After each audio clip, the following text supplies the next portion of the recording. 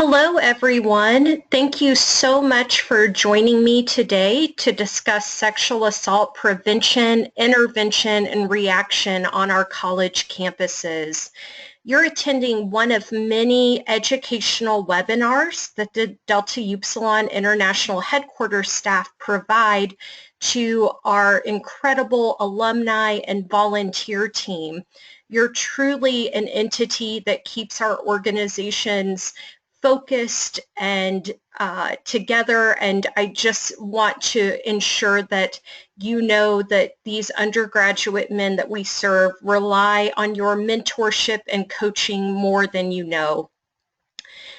I'm sure that we'll be able to have a robust discussion today about all of the things happening in regard to Title IX on our North American college campuses. There is an option for you at the end of the webinar to pose any questions through the chat box. So feel free to jot down any questions that you may have through the duration of the webinar, and then I will do my best at the conclusion of the webinar to provide you responses or follow up after the webinar if I need to do a little bit of research to best answer any of the questions that you may have. I'd like to introduce myself. This is Dr. Sara Jahantzuz-Ray. I serve as the Director of Loss Prevention for International Headquarters of the fraternity. I handle a great deal of educational initiatives to ensure that our members are well equipped to make good choices and ensure that their behavior is in alignment with that of the fraternity. And then I also handle a bit of our crisis management when issues arise and we have to create a plan of action to move forward. I thought it would be helpful to start out by providing you a little bit of background and context from where I come from. My educational background is primarily in the area of higher education administration, but I've had a couple of curveballs along the way where I've picked up some competencies in other areas. I think one of the things that I'm most proud of is a number of the institutions that are now my alma maters are home to some of the best Delta Upsilon chapters in North America. And so I was exposed to Delta Upsilon very early on, and it's definitely had an impact on both my young adult life as well as my professional career. I am from the Kansas side of Kansas City and attended Kansas State University as an undergraduate student. I studied biology at Kansas State, but I think if there would be truth to be told about what I was majoring in, it was definitely sorority. I joined Sigma Kappa sorority and had the opportunity to serve in numerous leadership positions both in Sigma Kappa as well as our Panhellenic community there at Kansas State. Served alongside a number of Delta Upsilon leaders during that time and really got a taste for higher education administration through my volunteer roles. What I realized was that that degree in biology probably wasn't going to get me very far because I wanted to work in the university setting as an administrator. So I moved on to attend graduate school at Indiana University, where I served as the Interfraternity Council Advisor for approximately 27 men's fraternities. I also served as a house director for Kappa Sigma and Delta Kappa Epsilon for one academic term, or 2 semesters. And this is where I really got my feet wet when it came to growing a better understanding about serving men's organizations as well as volunteering for the North American Interfraternity Conference. I moved on after graduating with my master's in higher ed and student affairs administration from Indiana to a very small regional campus in the UNC system, which is the University of North Carolina at Pembroke. I served as the first director of fraternity and sorority life and was charged with creating a center specifically serving fraternity and sorority affiliated students. During my time at UNC Pembroke is when some really incredible historical issues started to pop up in higher education. One of the pieces that really caught my attention was the Virginia Tech massacre. While I was at UNCP, I realized that I would be able to study in another graduate program in the area of emergency management and crisis resolution. And so I earned a second master's degree in public administration, specifically in the area of emergency management and crisis intervention. That led me on to the University of Tennessee at Chattanooga, where I served as an assistant dean of students as well as an associate dean of students, while I earned my doctoral degree in our learning and leadership program. I studied primarily curriculum development and design during that time, and was able to do a number of consulting projects across North America through the work that I was doing with UTC. At UTC is when I became very aware and exposed to Title IX issues that were popping up. I worked very closely with University General Counsel in a number of cases regarding sexual misconduct and sexual assault. And so this is where I started to develop some competencies in that area. At the end of my tenure there at UTC, I moved on to serve as the Dean of Students at the University of Houston downtown, which brought me to where I live now in Houston, Texas. At the University of Houston downtown, I co-chaired the Sexual Misconduct Task Force for the entire University of Houston system. And this is where I really started to dig in deep when it came to sexual misconduct and sexual assault on college campuses. And I think that that's probably what most prepared me to move into my role now with Delta Upsilon International Headquarters. I can tell you openly and honestly, I think that best practices in this field continue to evolve and continue to grow. I truly believe that Delta Upsilon is a leader in the area of responding to sexual misconduct allegations. We are consulted by a number of our peers regarding our practices and how we move forward when we receive an allegation. The one thing that I'll tell you is that we certainly treat every situation as a unique situation, and typically each situation is incredibly unique. These incidents never look the same. They're quite complex and require a great deal of investigation and collaboration to move forward, but I truly believe that Delta Upsilon is a leader in that area. So I thought I would start out with just covering a few of the trends in higher education, specifically with Title IX today. I think what's really fascinating is that I did a very, very abbreviated survey with the 22 staff members at Delta Upsilon headquarters.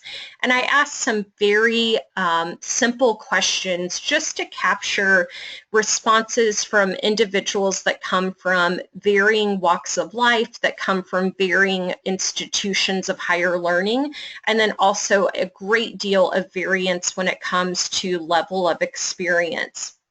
What I found in that short survey is that our very young entry-level staff identified Title IX specifically with sexual assault and sexual misconduct on a college campus.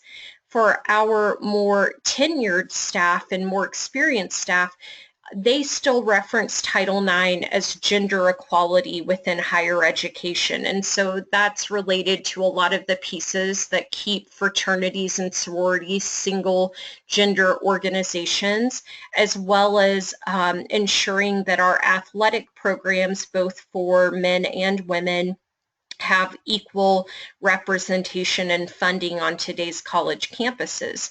So it's very fascinating that as Title IX evolves and changes, especially with the White House initiatives and involvement with the Department of Education, we're seeing that people are identifying Title IX more closely with sexual assault and misconduct than gender equality. Another piece that I think is really helpful for folks to be aware of is the Jean Clary Act. The Clary Act requires that college campuses and universities report all criminal activity that has happened among students as well as on the grounds of the college campus to the Department of Education annually. This report must also be readily accessible on the university's website. So when I'm talking and specifically with parents of students, I always encourage them, if they want to understand the safety climate of the campus in which they may be sending their child, that they check out the Clary Act online so that they have a feel for the types of incidents that are being reported on that college campus, as well as trends when it comes to any criminal activity there. One of the pieces that you may have been seeing a lot in the media recently, especially with Vice President Joe Biden receiving his recent award from President Obama, is the Violence Against Women's Act, most commonly known as VAWA. What's interesting about VAWA is that it went into effect in 1994, but it's changed tremendously, because what we realize now is that violence on college campuses is not gender specific. It's happening in both male and female context. And so with VAWA, so much has changed, both the gender that's involved with it, and then secondly, the additional crimes of not just assault. So VAWA now also incorporates harassment and stalking into additional crimes connected to that act. One of the biggest things that has changed now when a Title IX incident's reported to a college campus is the level of accountability that the Department of Education has put into play to hold campuses accountable when there are issues that are reported. Currently, if a campus is found in violation of investigating or processing a Title IX claim, they are fined a minimum of $35,000 by the Department of Education. And this can add up very quickly with the current climate, where numerous reports are coming in on our college campuses. So most recently, Florida State was actually fined $950,000 in fines to the Department of Education due to a lack of appropriate reporting and investigating. And so this is something that I think we will continue to see pop up tremendously across North America. Other things that are happening, the community within higher education received a notice from the Office of Civil Rights in 2011. Those notifications are referred to as Dear Colleague letters.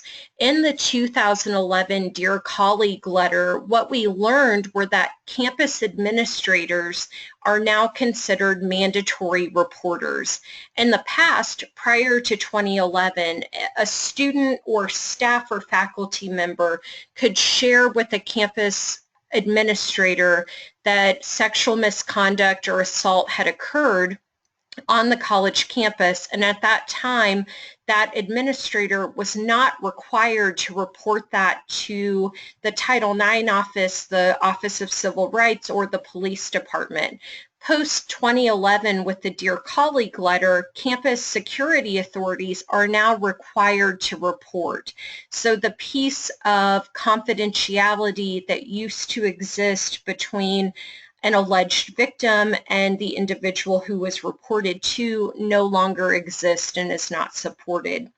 So students and faculty and staff who want to share what they know or what's occurred to them must tread lightly if they do not intend to file a report due to the mandatory reporting.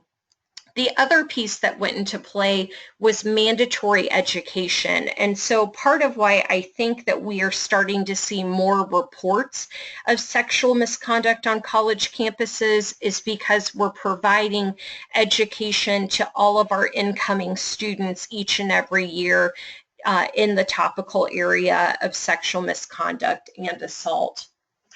I thought one other thing that might be helpful just to grasp how far Title IX reaches is to really talk about what Title IX controls.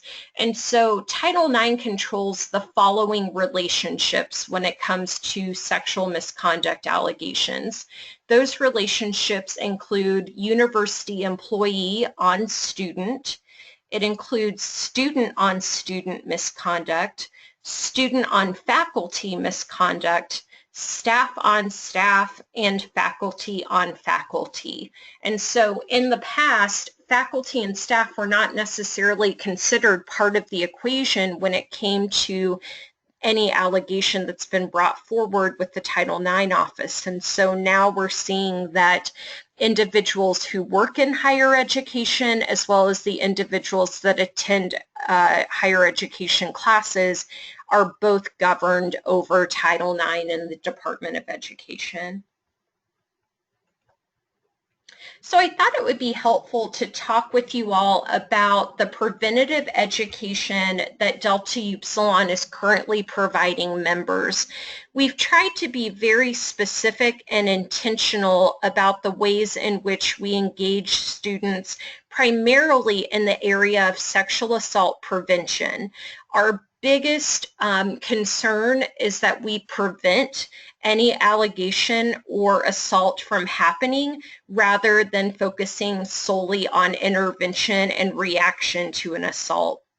So some of the programming that we have readily available is first and foremost our Greek Life EDU program, which is an online portal. It provides 2 45-minute sessions for all of our associate members across North America in the areas of alcohol, drugs, health and safety, hazing, and sexual misconduct. And so this is one of the best entryways into the conversation with our incoming membership about what's happening on college campuses and how to prevent sexual assault. We also have in our associate member education program areas where men can engage in really meaningful dialogue about prevention of sexual assault. We've now incorporated a session that will be debuting this February of 2017 in our regional leadership academies. We are going to be hosting a sexual assault prevention session, which coincides with our loss prevention education at all RLAs, which are available to our membership.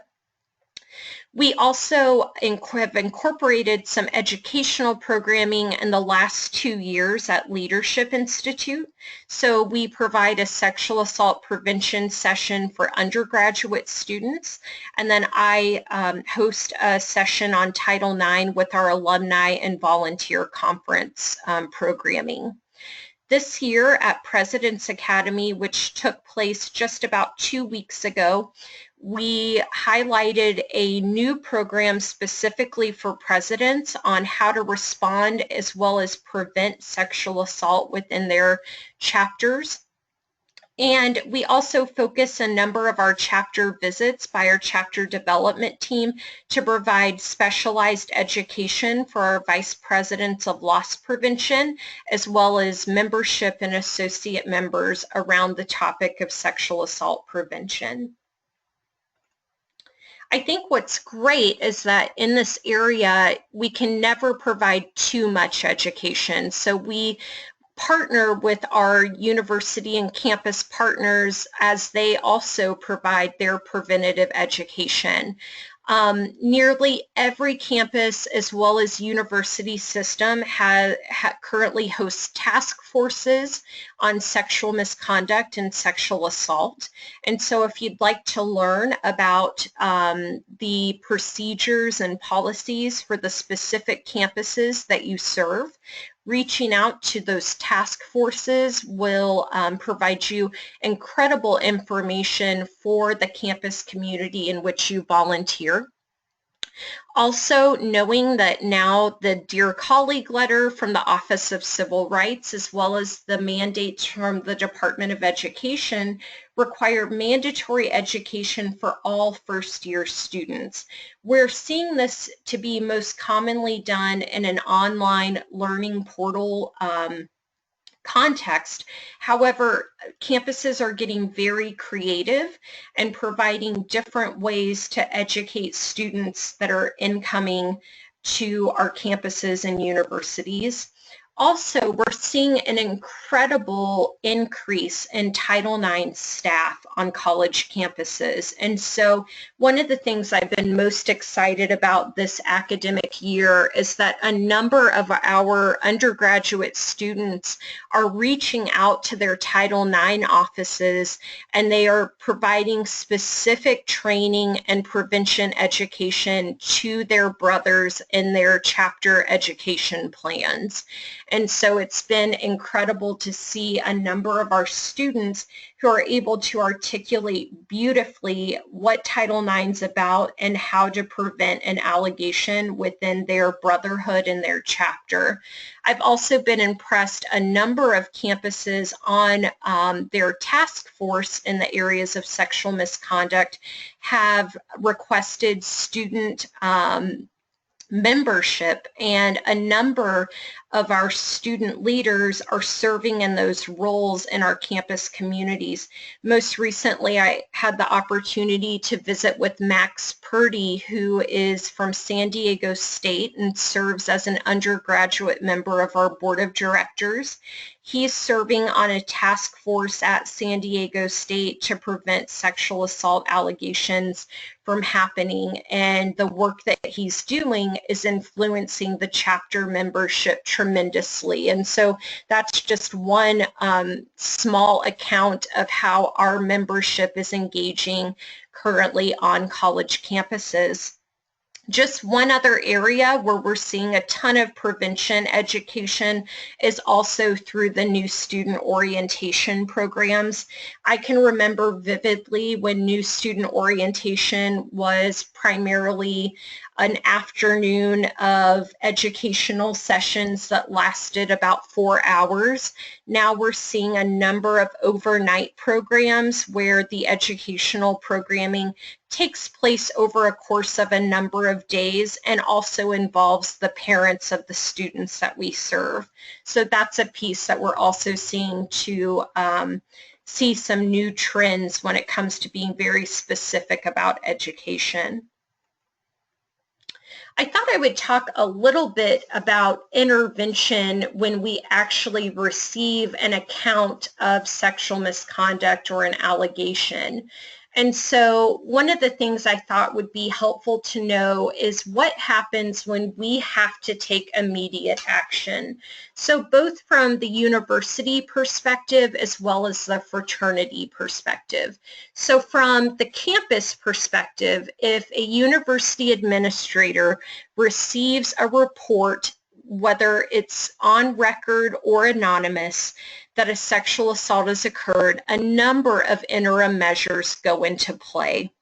First and foremost, when it comes to the allegation and the parties involved, both the individual who alleges the allegation, so the alleged victim, as well as the alleged respondent, need to be separated while the duration of the investigation takes place. So if a respondent and a victim are placed in the same classrooms, there will be an interim measure to ensure that those two individuals are not in the same space. So sometimes the class is offered in an online format to provide a temporary interim measure, or an individual may be moved to a different section of the class so that the respondent and the alleged victim do not come face to face.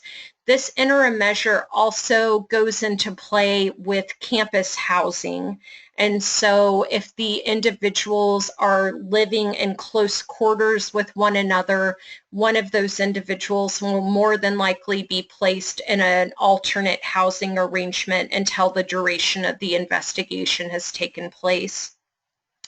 From the Delta Upsilon fraternity perspective, when we receive a sexual assault allegation tied to an individual connected to membership in the fraternity, we immediately provide a temporary emergency suspension of membership for that individual so that a fair and just investigation can take place.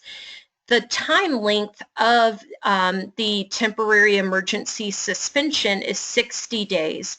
That 60 days also coincides with the Department of Education's requirement that the investigation on campus take no longer than 60 days. And so I think one of the things that's been fascinating in higher ed is the length of time for an incident to be investigated has changed tremendously. In the past, you could see cases where an individual was under investigation for a year or longer with no outcome from the investigation.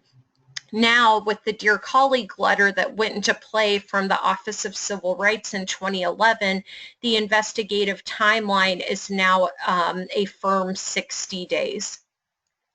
One of the university requirements when a party reports an issue in regard to sexual misconduct or serves as a respondent is that the university needs to provide resources to both parties. So both parties should be enabled to utilize counseling and psychological services on the college campus. Also, if there are student legal services available, both parties should have access to that resource. And so in the past, you would have found that resources were only provided to the alleged victim. That's changed tremendously. Resources are now provided to all parties. Also, just a note to have some background when it comes to an alleged victim. If that victim is found to have experienced sexual misconduct or sexual assault, they will always receive the findings of the Title IX investigation as well as any sanctions or outcomes that are connected to the respondent.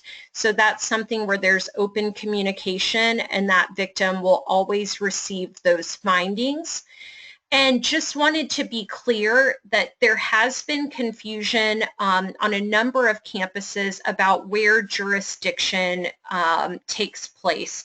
And so it's really important to know that these incidents can take place both on and off campus. The piece that really resonates in this area is that it's not about where the incident took place, it's about who was involved in the incident. So going back to that piece about students, faculty, and staff can all be victims as well as respondents, that's where the relationship connects with the university, not necessarily the location of where the incident occurred. So one of the biggest conversations that we're having in Delta Upsilon with our undergraduate men in regard to prevention is consent. As you follow higher education in the media, you're going to find that this concept of consent is the hot topic and is really evolving from campus to system to state across North America. When it comes to consent, our biggest advice to our members is that they always need to gain verbal consent before engaging in any sort of sexual activity with an individual. We always encourage our membership that if they're not willing to ask if it's okay to move forward with sexual activity, then they need not engage in it. So we encourage our membership to hold themselves accountable when it comes to verbally engaging in a conversation about consent with any partner that they may engage in sexual activity with. The other piece that's probably the most complex conversation in regard to consent is connecting sobriety to that conversation. And so what we're seeing most commonly is that this conversation may occur, but the parties conversating about consent may be under the influence of drugs and alcohol and are not of sound mind to make that decision or that choice. And so that's one of the areas that's really got to be one of the biggest focal points of our conversations with these young men, is that if they are going to engage in sexual activity with a partner, they have got to do it sober. And just because both parties may be under the influence of drugs and alcohol does not mean that there has been proper consent. And we also talk with our students that consent can be given and it can also be taken away. So as individuals are connecting and partnering in areas of sexual activity, individuals can give consent and throughout the experience can also take it away at any time. And so those are the big three when it comes to conversating about consent with our membership. So I thought I would talk a little bit about reaction and what typically happens when there is an allegation of sexual assault within the membership of one of our chapters. Most commonly, a press release is initiated by the police if a police report has been filed. And so we are typically put on notice by the chapter. The chapter files an incident report to let the international fraternity know that there's been an alleged incident. That's typically followed by a police report if the alleged victim has gone to the hospital or expressed to the police what has happened. And then that press release can really go global very fast. And so that's one of the initial pieces that we try to get prepared for when we're put on notice, is how are we going to respond when it comes to communication outside of the fraternity. We always want to serve as a resource when it comes to our staff at international headquarters. We have an entire team of communication experts, and we also rely on the North American Interfraternity Conference to assist with other public relations issues. And so when it comes to providing a press release from the international fraternity, we will handle that through IHQ. We request that individuals that are in the position of undergraduate membership, as well as our alumni and other volunteers, not provide statements to media, but to allow IHQ to handle that. We always encourage our membership not to say things like no comment, but I would like to refer you to our international headquarters, and this is how you can reach them. So that's one of the ways in which we respond after an allegation or report is shared. And then also each campus and state is a little different, but what we're starting to see when it comes to Title IX investigations is that there's often a release of a redacted report as well as the investigation. Keep in mind that that release always goes to the victim as well. And so we've had a couple of situations where the victim has taken that report public at their discretion, and so that has put us on notice when the university has not contacted us about an incident recurring.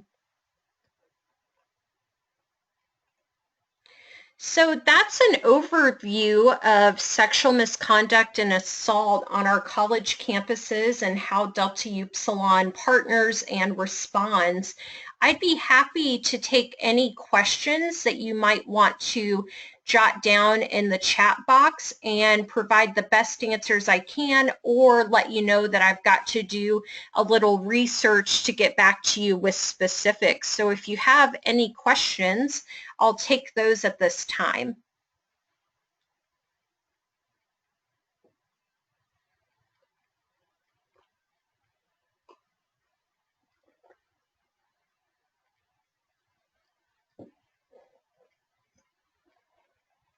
Well, it looks like we don't have any questions at this time. Please feel free to give me a call or shoot me an email if you'd like to follow up on anything.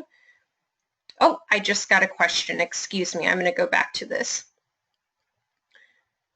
Okay, this is a great question. Campus administrators, both faculty and staff, are required to report sexual incidents. Are we required as advisors? This is an excellent question. So campus administrators, both faculty and staff, are considered campus security authorities. Yes, they are required to report.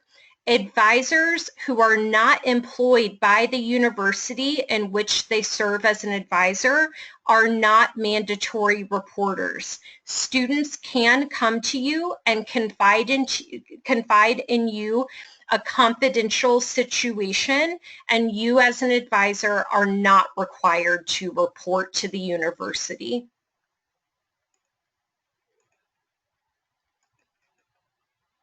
And then another question, to whom does the advisor report to first? And I think that's in the context of Delta Upsilon. And so in the context of Delta Upsilon, the advisor can assist the chapter in filing an incident report regarding what has been alleged. The advisor can also give me a call, as well as Carl Grindle, our Associate Executive Director, to talk about next steps and how to move forward. So when it comes to communicating with IHQ, the advisor should either assist the undergrads in filing an incident report or contact myself as well as Carl Grindle.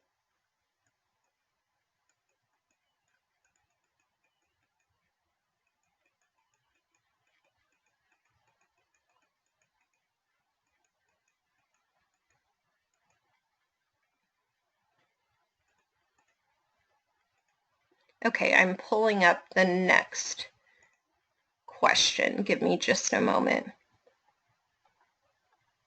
Okay, this is an evolving answer for the next question. So we've got, when is the issue a Delta Upsilon legal issue versus an individual member's issue? Is there some sort of boundary?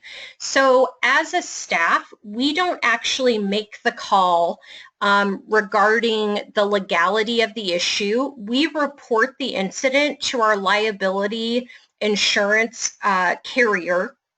They conduct a formal investigation and they determine the liability.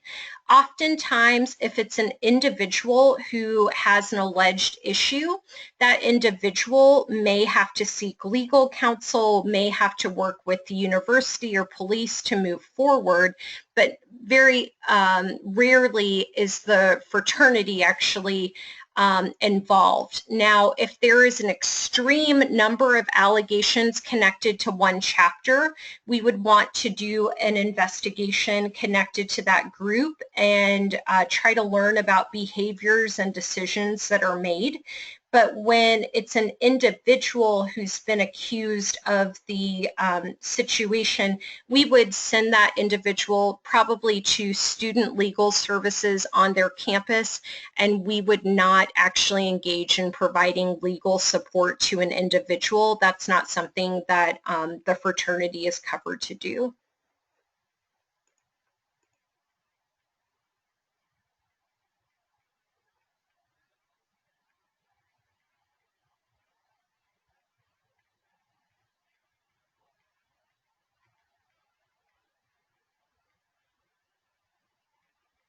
Awesome. Okay, this is a very common question we get as well. What steps should we advise our men if they themselves are not directly involved in a sexual assault accusation, but hear secondhand from their female friends or are at a party and suspect something suspicious? So this is an incredibly complex area because there's so much research connected to victim support that if a peer, meaning college student to college student, is put on notice that an assault has happened, the research tells us that the victim needs to be the party that makes the call to tell an official. There's a lot of research that tells us that the victim needs to take ownership of how to report and when to report, and that a third party, being a peer, shouldn't necessarily do that for them. And so I think one of the pieces of education for undergraduate members that goes hand in hand with sexual assault prevention is also use of an internal standards board. So if there is any sort of conversation or alleged incident that may have occurred where some poor decisions were made, I think it's excellent to utilize the internal standards board to hold an individual accountable for poor decision making.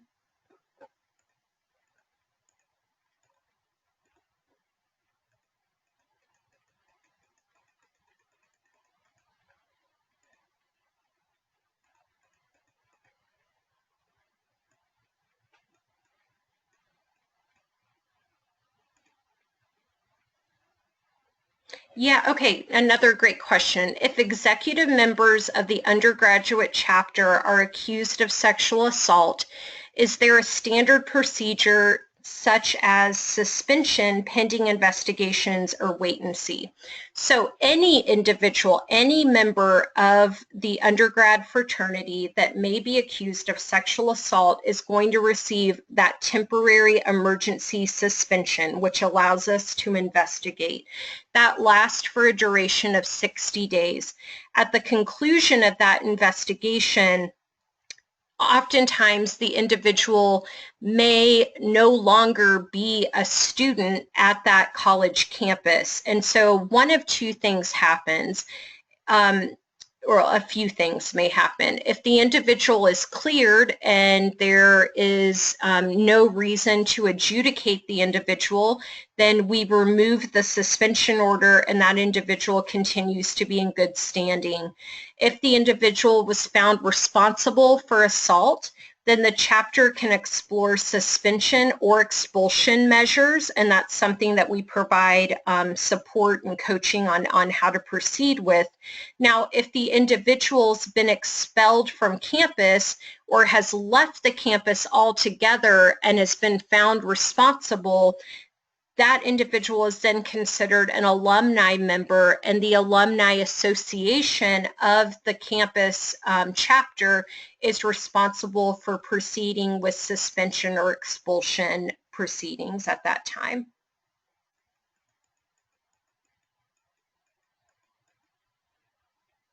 All right, and so what about handling the media? The media needs to be handled 100% through our international headquarters communications staff, should not be handled by any volunteers and or undergraduate students. So the most popular parties that may be interviewed are going to be our communications team at IHQ, potentially the victim if that individual's name has been made public, which it typically is not. It's typically kept confidential, as well as the police department, who usually provides press releases, as well as the campus and community media outlets.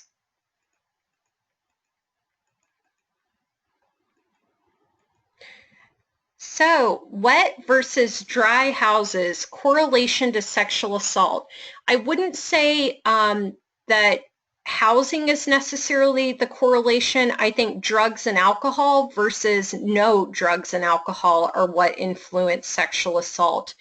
Wholeheartedly and honestly, I would say 95% of the sexual assaults that I have investigated in my career have always been connected to drugs and alcohol. Very, very rarely have I investigated a situation where both parties were sober. So I would say drugs and alcohol are typically a piece of the influence of sexual assault.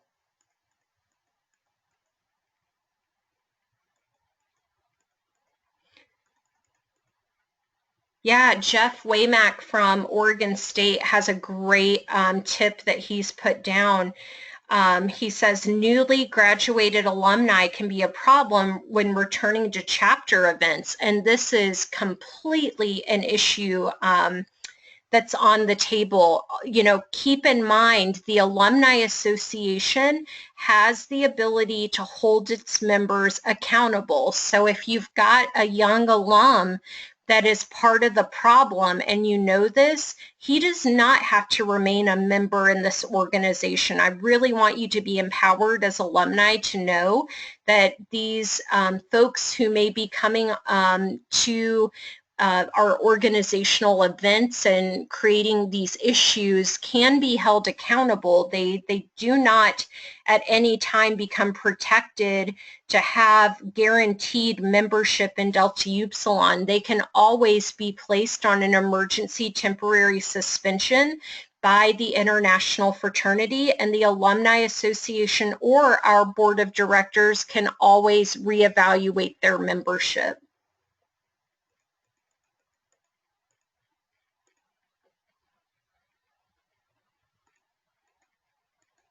Yeah, here's a great question. Are there any resources or tools that can be provided to give to our men, not necessarily about consent, but about how they can be supportive of their friends, or ways to be vigilant at parties to notice red flags? So that's the piece that we are debuting at Regional Leadership Academy in February, is really how to engage in the current climate when it comes to Title IX on college campuses from the undergrad perspective.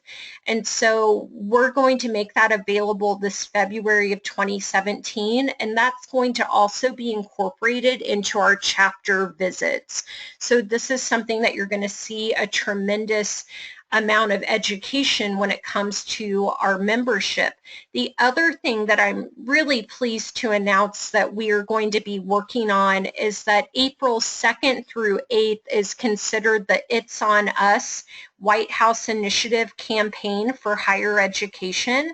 As an international fraternity, we're committed to providing educational resources and celebration of holding ourselves accountable in the area of sexual misconduct. And so you're going to see a tremendous amount of resources and education debuted this spring 2017 semester.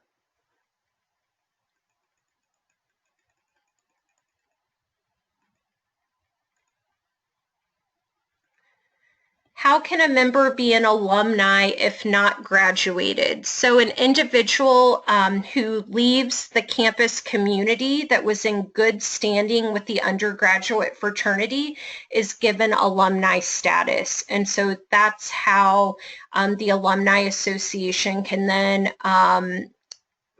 choose whether or not they're going to hold the member accountable when it comes to suspension or expulsion of membership. The only way a member who hasn't graduated would no longer be a member is if that individual chose to resign his membership. Well, folks, thank you so much for engaging in this conversation. I'd love to continue the conversation with you if you've got other feedback or comments or discussion that you'd like to engage in. Thank you so much for your time and energy and the support that you provide our undergraduate chapters and members. We truly could not do this without the work that you do. It's tireless and it's incredibly important. So thank you so much for engaging in this conversation. And if you should need anything, don't hesitate to contact me. Have a beautiful day.